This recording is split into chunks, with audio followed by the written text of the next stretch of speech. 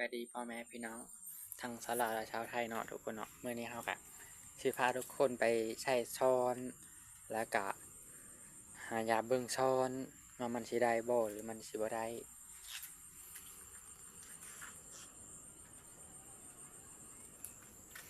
อันนี้คือช้อนที่เราใช้เนาะทุกคน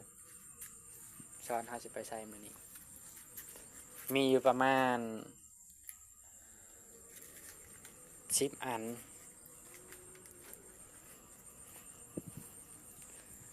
อันนี้ก็คือ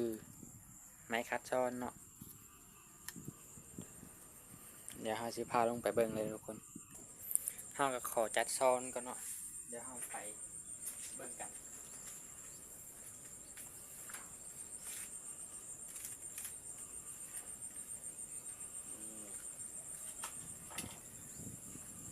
นี่ทุกคน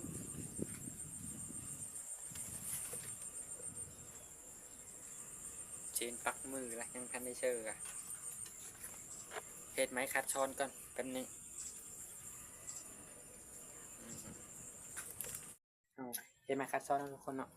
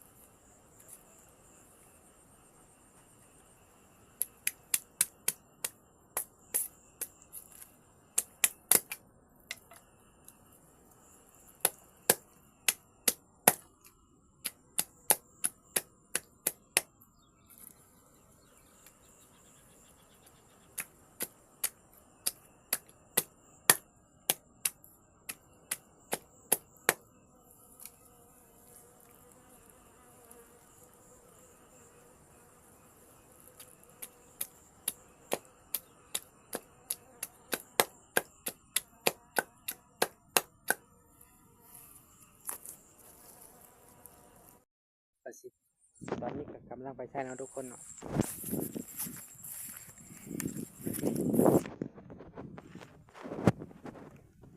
ฝนตกเมื่อคืนนี้บักแห้งทุกคนเลย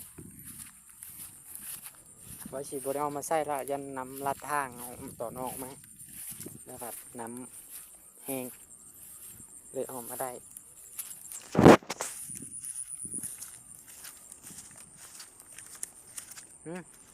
ฝนตกทุกคน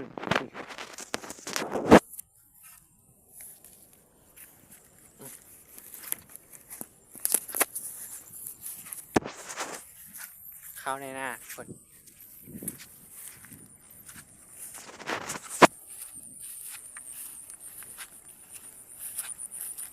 กำลังหาบอนไซเนาะ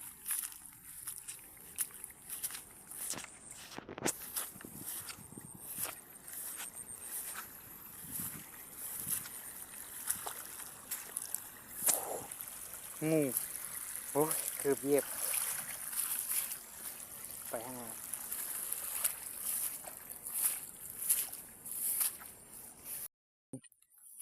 พาทุกคนไปใช้เนาะตอนนี้กะเบิ้งน้ำเต็ม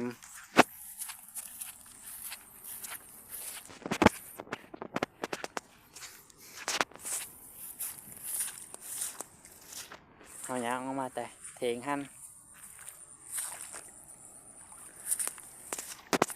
น้ำโปจนล้นทุกคนเลยชนตุกกิเลสได้แล้ว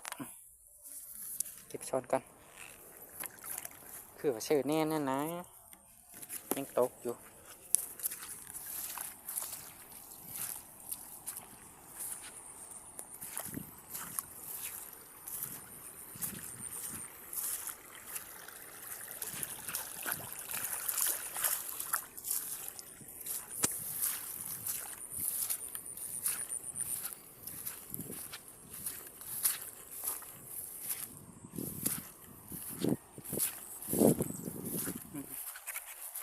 น้ำโคตรหลายเลยทุกคนฝนตก ตกประมาณ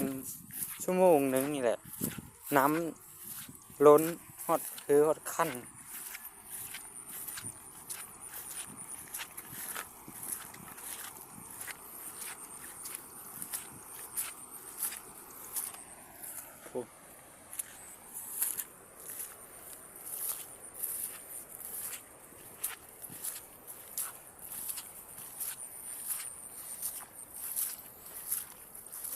เดี๋ยวเฮาสิตัดไปตอนเฮาใส่เลยเนาะทุกคนเนาะ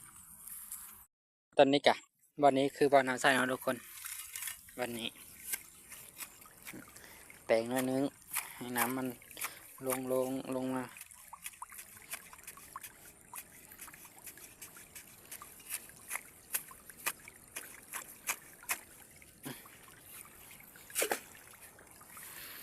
ใส่กันเลยทุกคน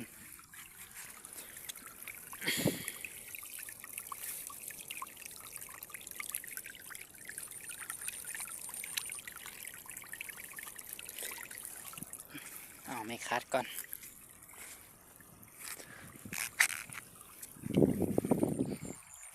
นี่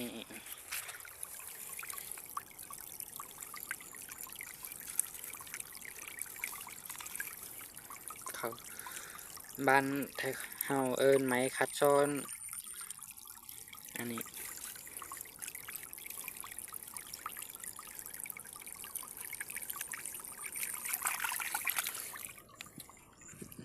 มันอันนี้ก็คืออีกบอนหนึ่งแต่เฮาสิได้ขุดเนาะทุกคนเนาะ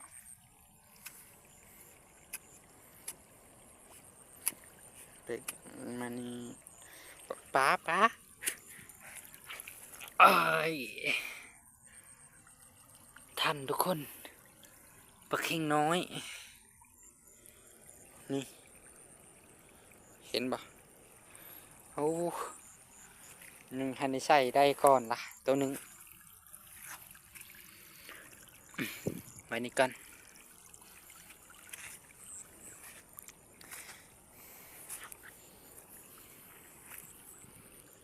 โอเคทุกคนแล้วด่างนี้เป็นไง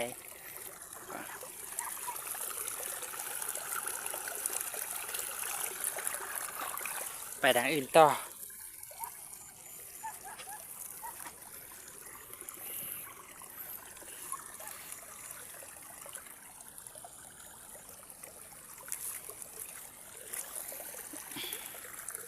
เก็บช้อนก่อน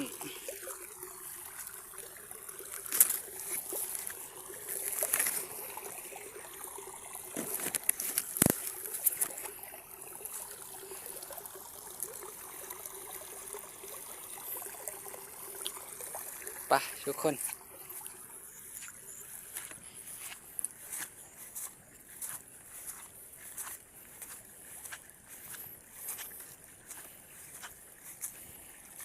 บอนนี้จะบ่ปันไดน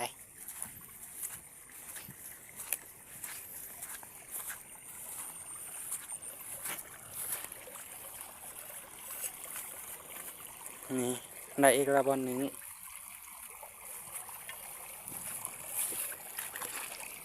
อันนี้คือหูน้ำโห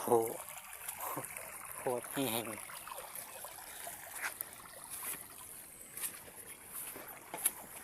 ใส่ซ้อนกันทุกคน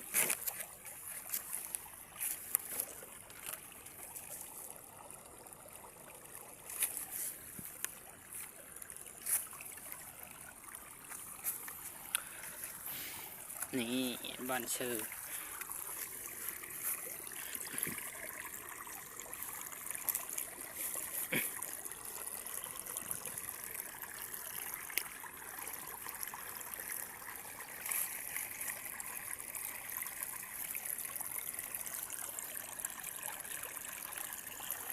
มันต้องแบบเดลีทุกคนเนาะแบบเดลีเสิร์ฟไปหน่อยนึงเพราะป้องกันเฮ้มันกูจักว่ามันบอลนี้บอลดักมันเอาไม่คัดเช็คก้อน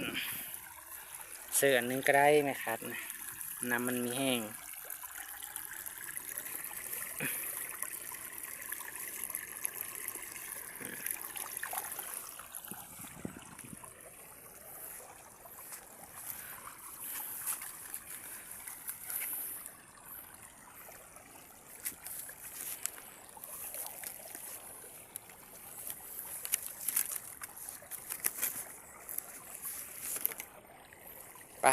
คนไปบอลใหม่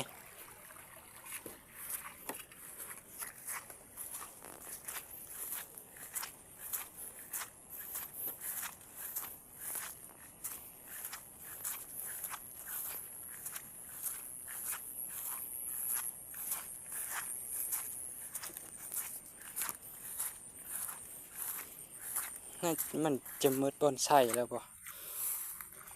เพราะว่าอันปลาเฮาก็มาใส่เนาะปลาเฮามาใส่ก่อนแล้วทุกคนเสือนี่โอเคได้อีกบอลหนึ่งแล้วนี่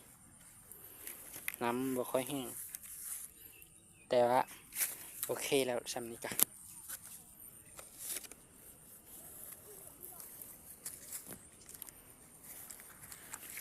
นี่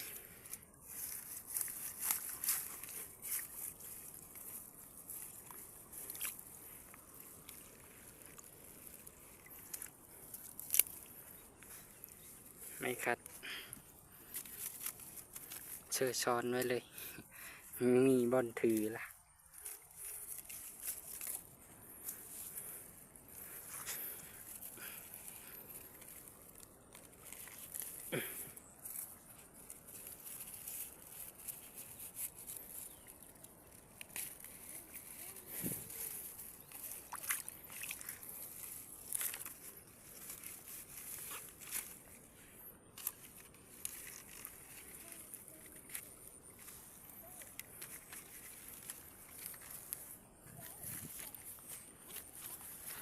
ไปบอลใหม่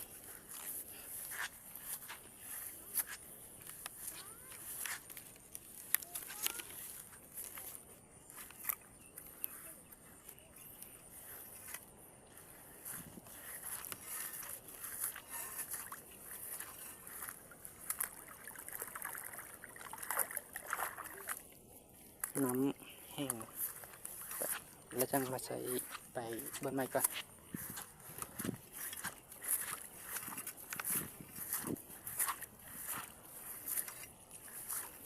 นี่บนนี้ก็คือปลาเฮาใส่แล้ว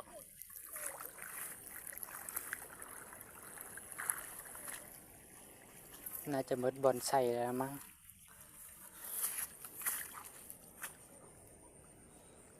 ไปกลับไปใส่ตัวนั้น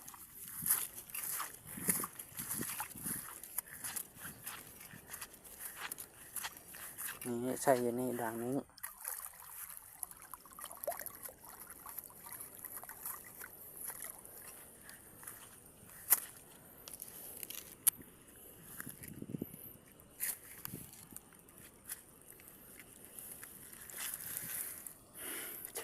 สองอยู่นี่ทุกคนมันปะมันเยอะเยอะๆหน่อยนึง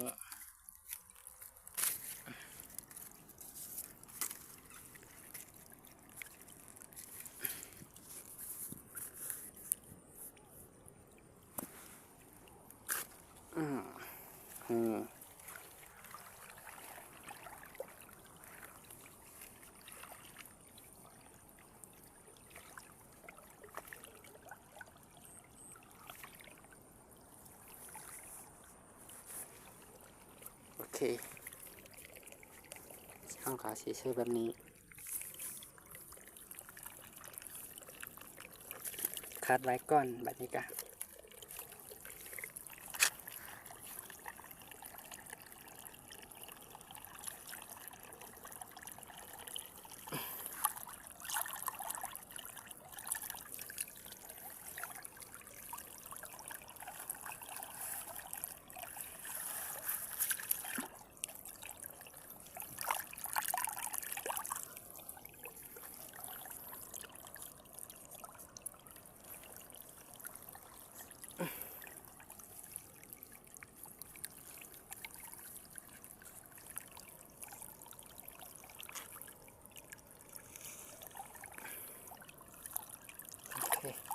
ได้แล้วทุกคน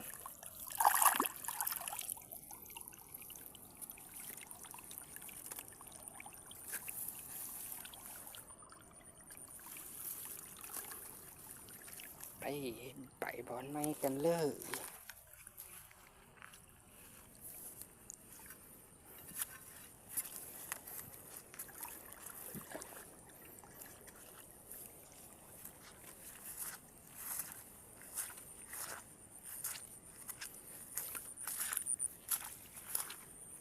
เขาก็สิขึ้นเบิ้งแถวนี้ก่อนนะทุกคนนะมันจี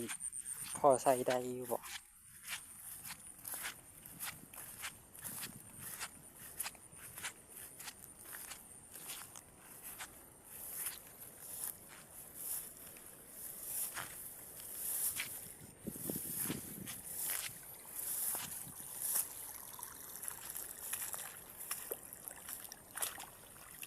บ่ผ่าน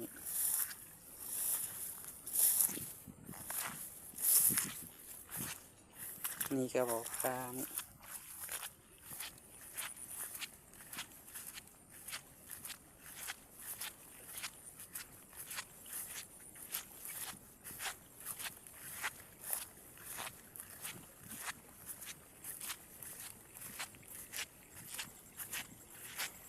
เขาหนายังไม่ทันได้เสิร์ฟปุ๋ยเลยทุกคน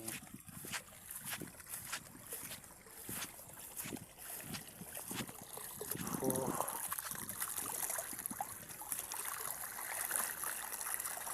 น้ำแห้งพวก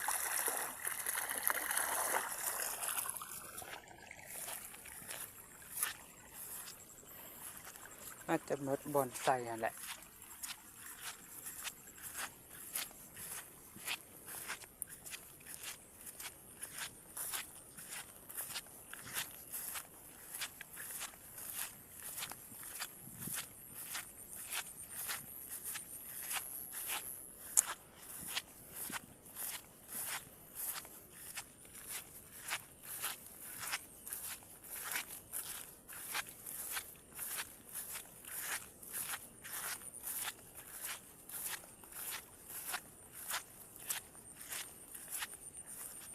นี่ทุกคนเห็นดีแล้ววันหนึ่ง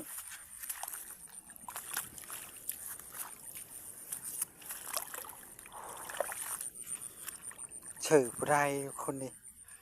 เลิกพูดผูกโคตรเลิกกระปูทุกคน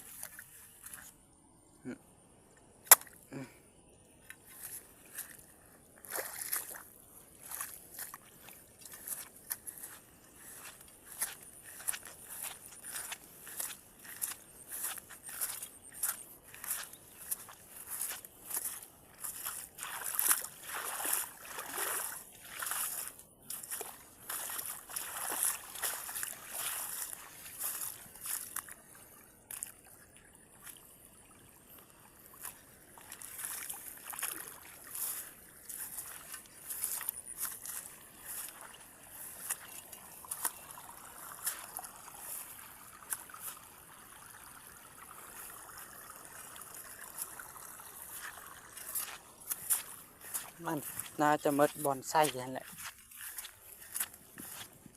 นะครับคอยยามนะทุกคนอ่ะ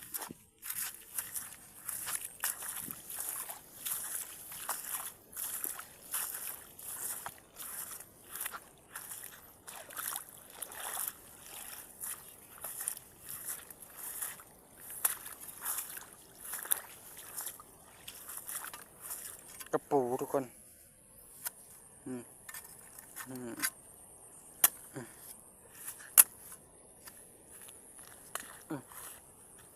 จังกัดพวกเขา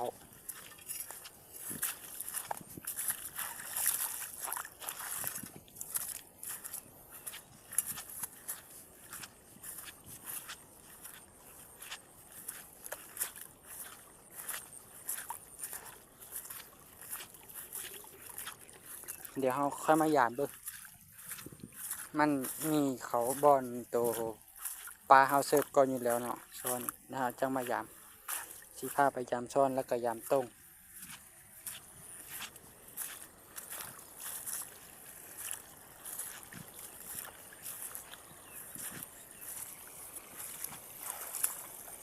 ขอตัดภาพไปตอนเฮา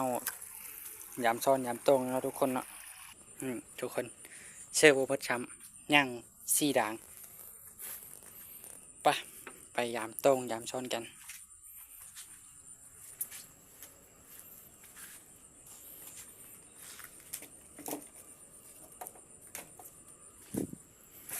ก้อยพลาด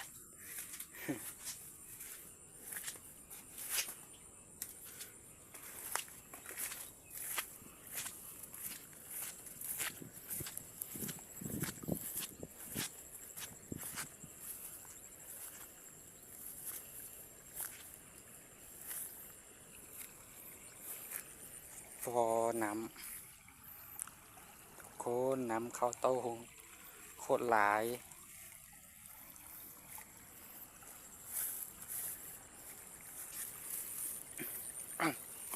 ปลาขึ้นมาทุกคนปลาเห็นบ่ทุกคน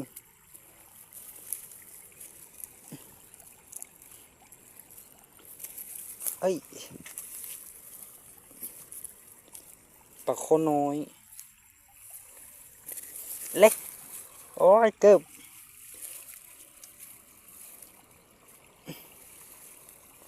นี่ดีจะได้โอ้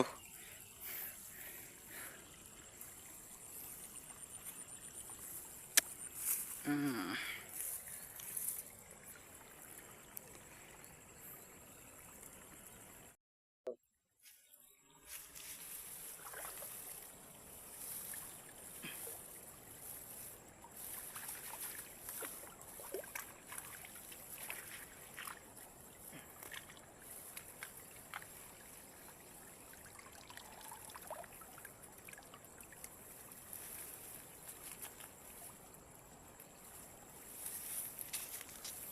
มีแต่กระปูทุกคน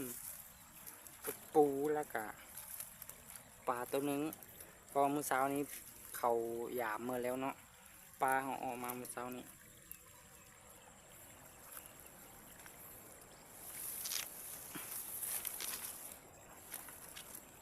เป็นปลาเข่งทุกคนอืม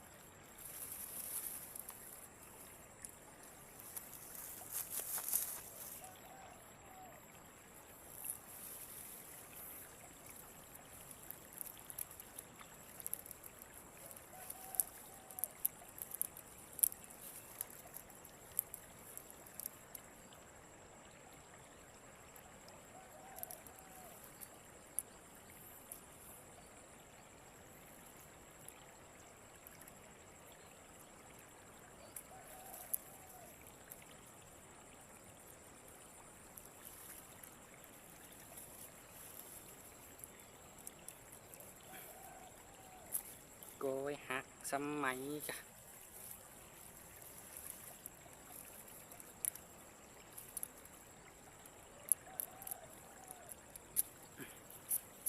เรียบร้อย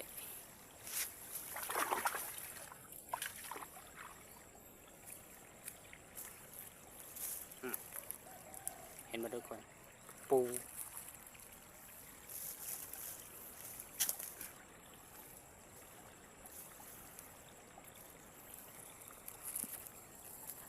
ย่างตรงอีกอันนึงเดี๋ยวเราค่อยไปเบิ่งตรงตัวนั้นอยู่แต่เทิงพุ่น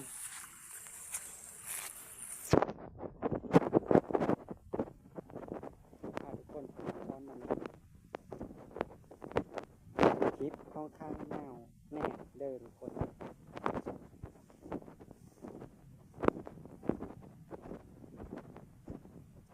ผู้ป่ากำลังขึ้น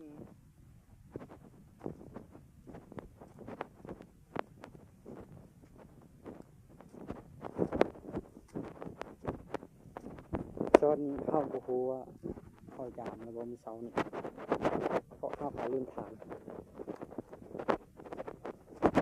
ก็โล่งแล้วเขายามเดียวซ้อนมาเขาได้บอกมาทะเลยยามบ่มีได้บ่ได้บอกว่ากันทุกคนเอาสิเบิ่งซ้อน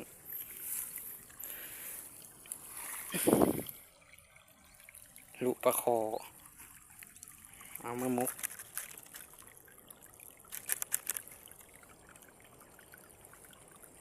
เห็นปะ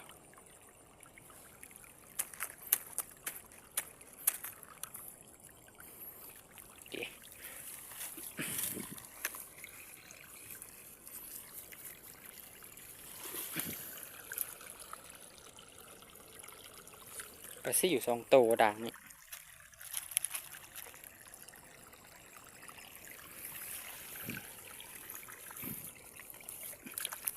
ไปทางหน้ากัน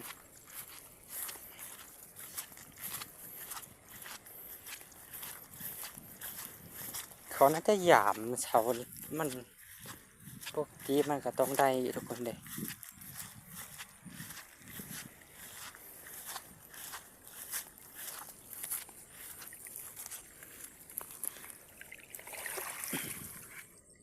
โอ้โหกระปูเอากระปูกะ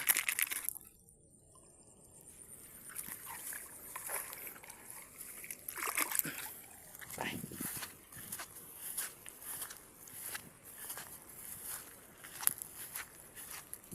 เดี๋ยวเป็นทางหน้ามาออกมาลำไผเบิ่งดังนี้บ่มี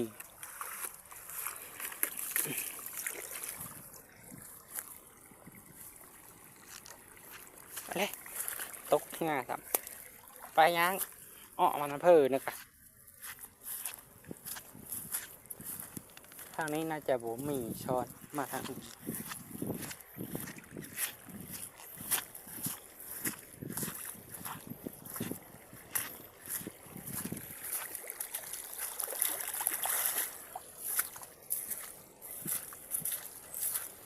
ป่าบืนขึ้นทุกคน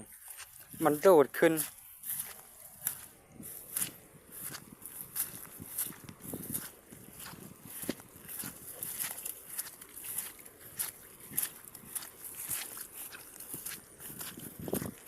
เดี๋ยวฮะ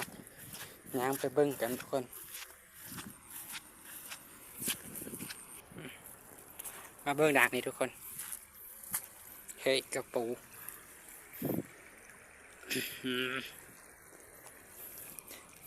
ทำมือกินกับตำหุ่งทุกคนเด้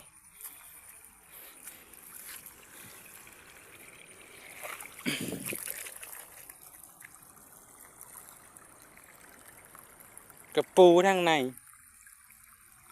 แล้วก็มีปลาทุกคนเบิ่งหน้าจะเถาะให้เบิ่ง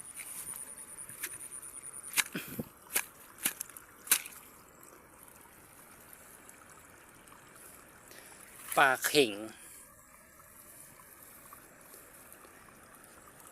งน้อยทุกคนเลยกับกระปูอีเห็นบ่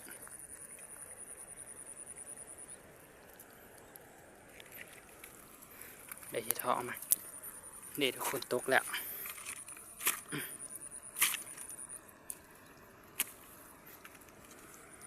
โอเคมัดเฮ้ยครบกูเจ็บปลานะแม่เจ็บนี่ปลานะแม่กระปูเวนนี่เสะโอ้จับผิดขาทุกคนอีชี่เบิ้งมันคือกระดอแท้ตัวนี้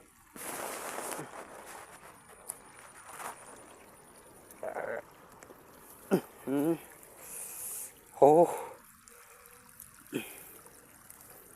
โปที่ชูมึงครบกูมันครบเฮาทุกคนอ๋อมือโคตรเลยเก็บปากกัน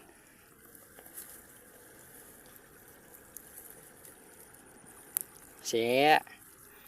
ไม้นี่ก็เนาะ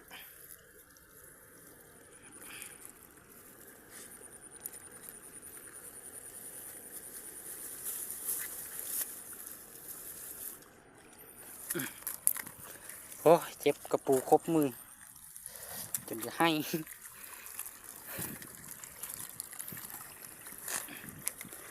เชิญซ้อนกลับเข้าไปตึกเก้าก้อน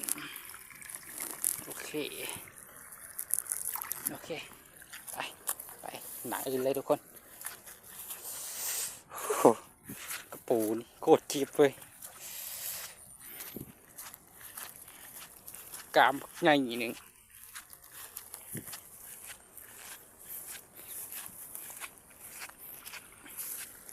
มาเบิ้งทุกคนว่ามันคิดถึงบ่ดังนี้ปลาเข็งง่ายจะเขาเอาง่ายอยู่ละโอเคปลาเข็งกับลูกปลาคอน้อยแม่ไม่เคยมีถือวะ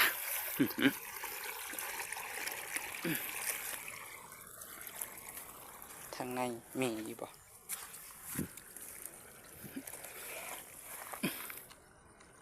กระปูด่างนี่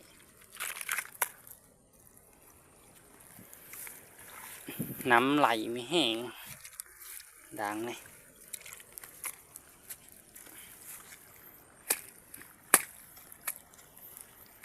มาเช็ดให้น้ำไหล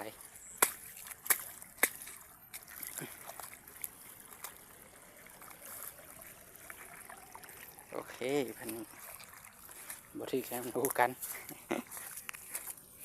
เพราะยังเก็บมือกับปูครบอยู่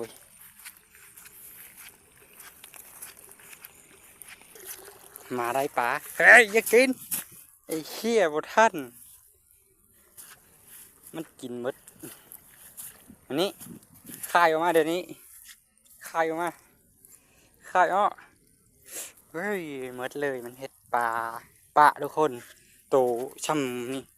มันกินอยู่นี่บนนี้บนน้ำไหลตัวนี้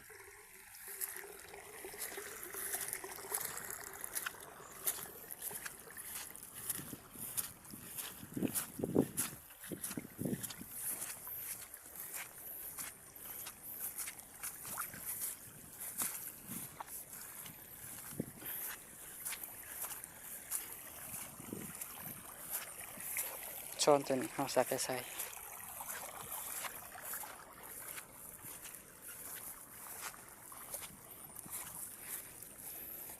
เบิ่งดูบ่ถือ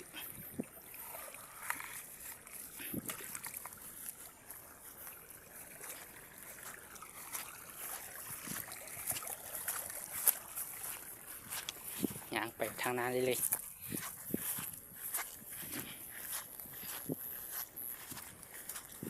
เดี๋ยวเฮาสิตัดไปอีกทุกคนไปฮอดตอนเฮาใกล้สยามโต้งตัวนั้นเนาะทุกคนเดี๋ยวไม่ใช่คลิปมันสีเหงาทุกคนดิเบิ่งเด็กน้อยใส่ผิดได้ชิถามเขา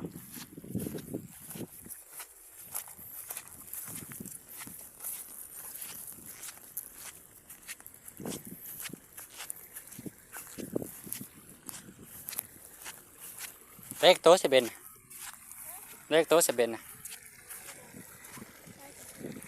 ปลายังชันนะปลาถือยังเข่งถือยังปลาเข่งกับกระปู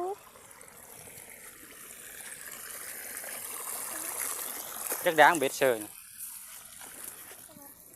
นี่เก็บไว้เบ็ดนี่นะเชิญทางน่ะโลเชิญเมิดมันได้ยังออกมายามมาเดียว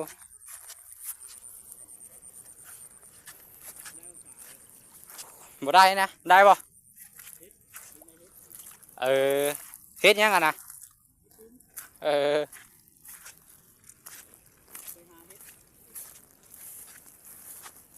โอ้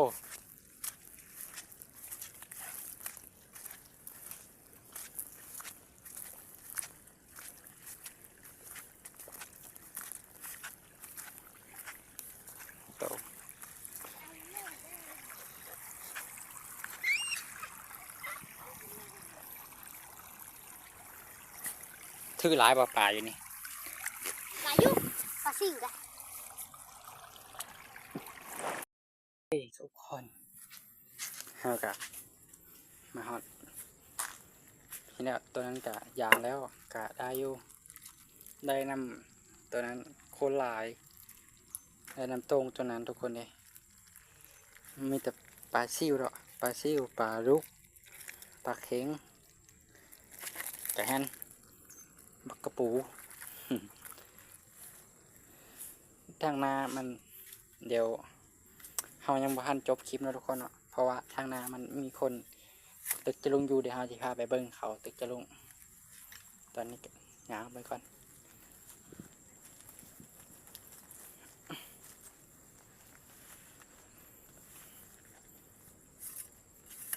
เชมปลาไปเถงแหละเลยให้ปลาหามาเซอร์อีก มาพา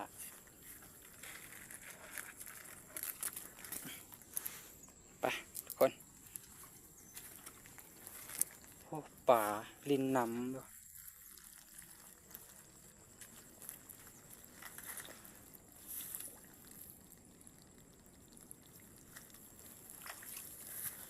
ไป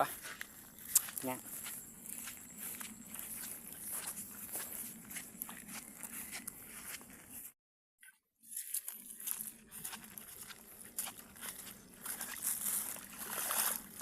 โอ้น้ำโคตรเลยไปโคตรเนี่ย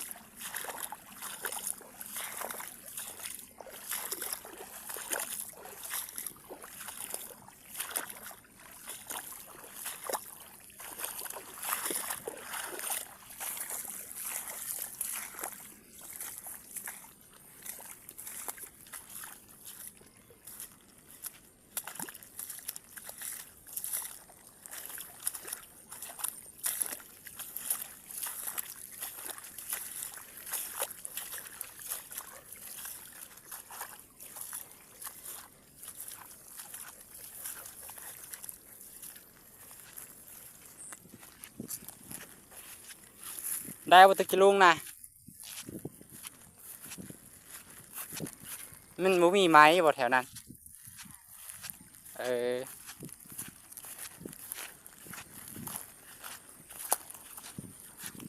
ไปเบิ่งทางหน้ากันมี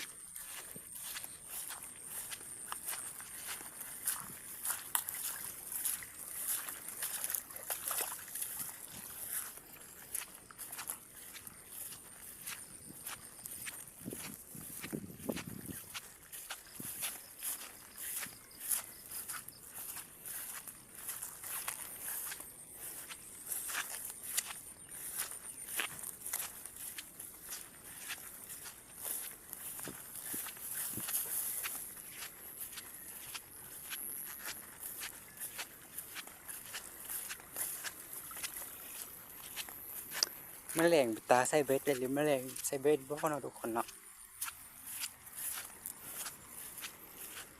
น้ำหลายๆนั่นนี่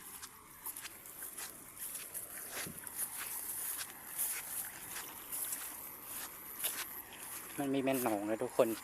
อันนี้แบบมันเป็นโหยโต่งเขา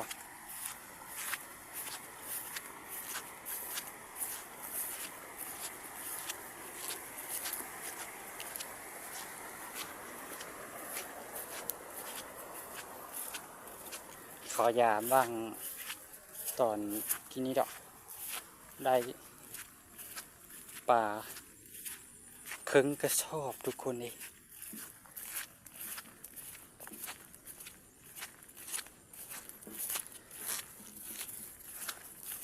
นี่เนาะเถงเขาเจ้า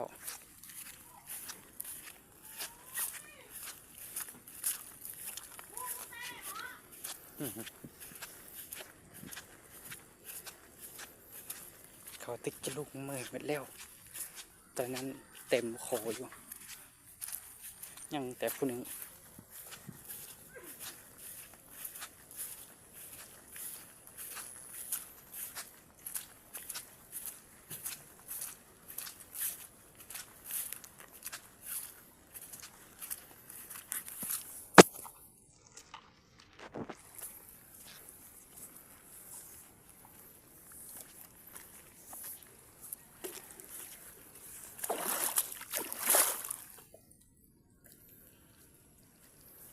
นะฮะ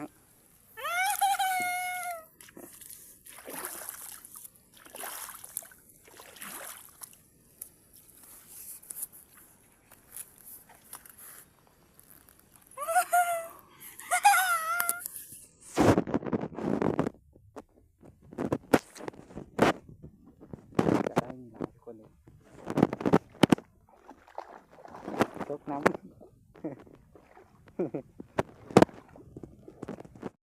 ยกสิบปิ้งใจซ้ำหนึ่งนะทุกคนกราบทักทายขอบใจที่เข้ามารับชมนะทุกคนเด้อสวัสดี